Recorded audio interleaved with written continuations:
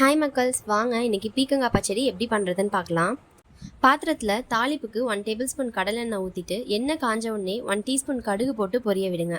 பொரிஞ்ச உடனே 5 பல்லு பூண்டு இடித்து வச்சுருக்கேன், அதையும் ஆட் பண்ணிடுங்க. கொஞ்சோண்டு கருவேப்பிலை, வரமிளகாய் 1, பச்சை மிளகாய் 2, ஒரு மீடியம் சைஸ் வெங்காயத்தை ஸ்லைஸ் பண்ணி வச்சுருக்கேன், அதையும் ஆட் பண்ணிவிட்டு நல்லா கிண்டி விடுங்க.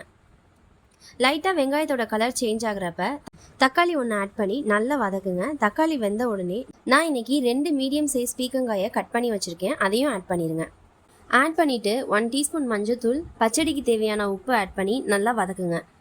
நம்ம வதக்க பீக்கங்காயிலேருந்து தண்ணி விட ஆரம்பிக்கும். அப்போது 3 டேபிள் ஸ்பூன் பாசிப்பருப்பை வேக வச்சுருக்கேன், அதை ஆட் பண்ணிவிட்டு 1/2 டேபிள் ஸ்பூன் மிளகாத்தூள், 1 டேபிள் ஸ்பூன் மல்லித்தூள், அப்புறம் ஒரு சின்ன சைஸ் புளி போட்டு வதக்கிட்டு 2 டம்ளர் தண்ணி ஊற்றி 15 மினிட்ஸ் விட்டுருங்க. பீக்கங்காய் நல்லா வேகட்டும்.